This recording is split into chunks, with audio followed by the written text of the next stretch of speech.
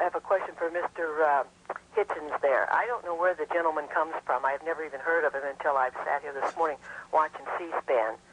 And I can see exactly what a liberal that he is and how strong and what he is probably trying for the third party also. So you know how to hurt a guy. So as far as Jesse Jackson, I'd like him to tell me, where does Jesse Jackson get his money to go and campaign?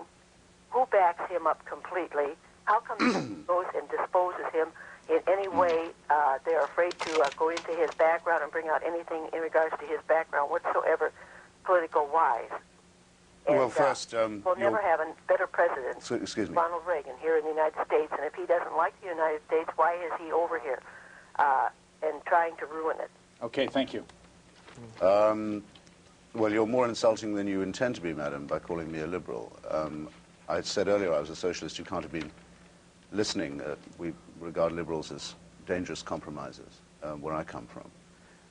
You're also the first questioner I've come across who thinks Jackson has too much money in his campaign. It's really appalling, I think, that every political article that you read describes campaigns in terms of how much money they can raise, how much money they have behind them, describes a failing campaign as cash poor, as if that was crime in itself. The Jackson campaign is notoriously the one with the least money, so where it comes from is from individual donations for the most part. He hasn't got any backing of major capital.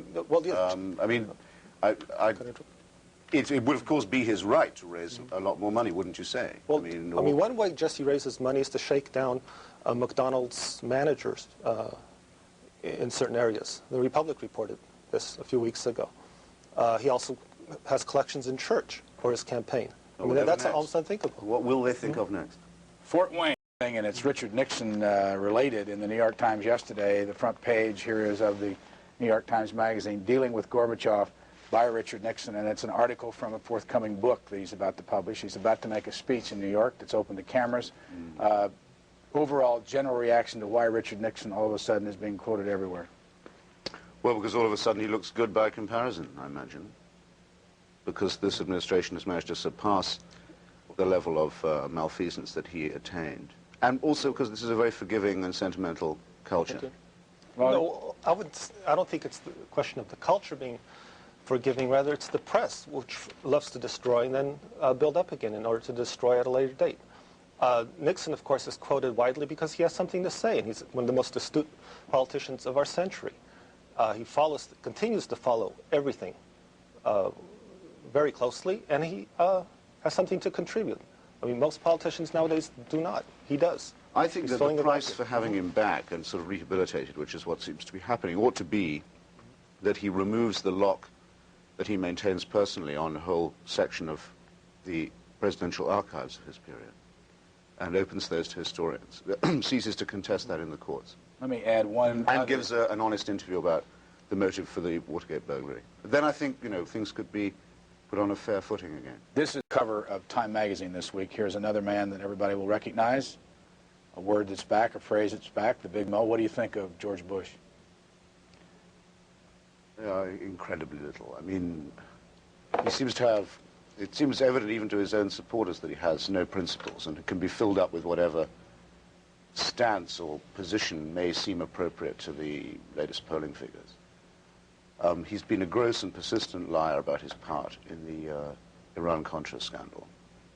And I think that now that the field has narrowed to him and the absurd Rather flap has died away, people will start asking what was in that memo that Rather was trying to ask about, rather than how well Bush did in avoiding the question.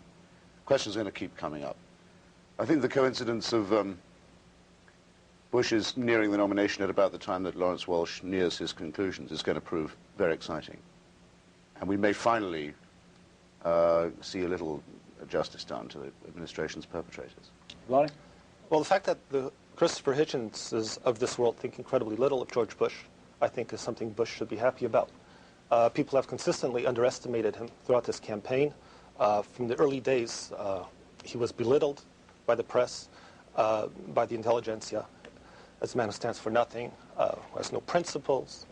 The only weakness I can detect so far is that Bush does not project well on television. Privately, he's the most engaging man, a very decent man, and anyone you talk to will tell you that. He's a very principled man in that he's a very civilized, decent man. which again in politics is somewhat of a rarity. And as far as the Iran-Contra goes, it's very curious that people never brought up Bush's role in it until he became a major candidate. That's absolutely untrue. Mm-hmm. That's absolutely untrue.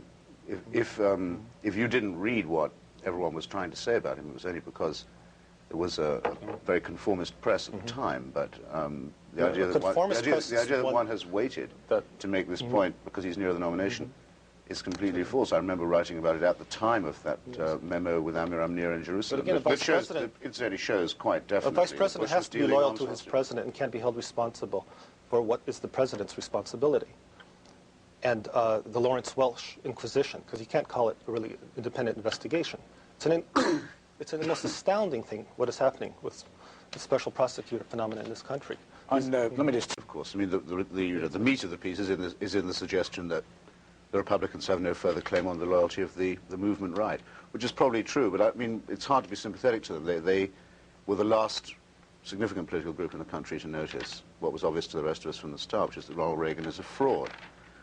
And now they realize that he didn't mean a word he really said, that he let down even his dearest friends, broke every promise he'd made even in that quarter, and they're sort of appalled and hurt and upset, and I just think it's delightful. Well, to call Ronald Reagan a fraud is, again, something we all like to hear from people like Christopher Hitchens. I mean, would that all Republican frauds had two consecutive, on the whole, highly successful terms in which the president is extremely popular, and thanks to that popularity, his vice president emerges as the front runner for the Republican nomination. His policies, in the larger sense, have been very successful. This is one reason probably why conservatives like Jack Kemp haven't been able to make a bigger impact on the race. Paul Jagot pointed this out in the Wall Street Journal last Friday. Very good point. That a lot of what the conservatives wanted, Reagan implemented. And so the question now for conservatives is, where do we go from here? Defeatism, such as the item quoted by Buchanan, isn't the answer. Conservatives have to mature politically, and I think they will. I don't think they can do that. I mean, that's asking a lot. Here's The Nation. Here's what it looks like in the March 5th issue, and I'm going to open it up and look at Christopher Hitchens' column right here. And I just want to read you and get Blotty to respond to what Mr. Hitchens says. A continuing theme in the tenure of Ronald Reagan, the president of laughter and forgetting, has been the steady politicization of the Justice Department. What do you think of reference to the President of the United States as a president of laughter and forgetting? Oh, well, it's obviously Mr. Hitchens is clever in picking up on the movie based on a Kundera novel, but I think I'd rather read Mr. Hitchens when he describes his trips to Havana and conversations with Castro and other Cubans. He seems to be more at home in pieces like that. Mr. Hitchens?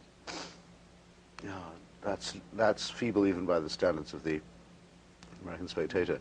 Never had a conversation with Castro. Recently wrote a report from Cuba, from the Havana Film Festival, as a matter of fact, about the failure of the Cuban Communist Party to live up to the reports of glasnost in the Soviet Union. So your remark is ignorant as well as an attempt at a slur. On the politicization of the Justice Department, I'd only add that I see yesterday Mr. Meese yet again doesn't think he should step down. And I don't know when, I don't know if it's possible to ask the question in this way, I don't know when he would ever admit to the idea of a conflict of interest. I don't know. It's so far proved impossible to show him convincingly what the idea means. There's no evidence that he understands it. I think it's actually a very serious thing. That's why I wrote that column, that the Justice Department is presided over by a man who has so many friends who are on the take, all of whose business dealings appear to be questionable, and none of whose statements on the central political scandal of this administration have turned out to be true, but had a certain marginal utility in allowing the perpetrators to get away, to cover their tracks. I mean, this is a very serious thing to have an Attorney General who's probably a crook. Probably a crook. That's sort of been the view of Meese from day one, ever since he came to the administration and then to the Justice Department. And it emanates from people who are simply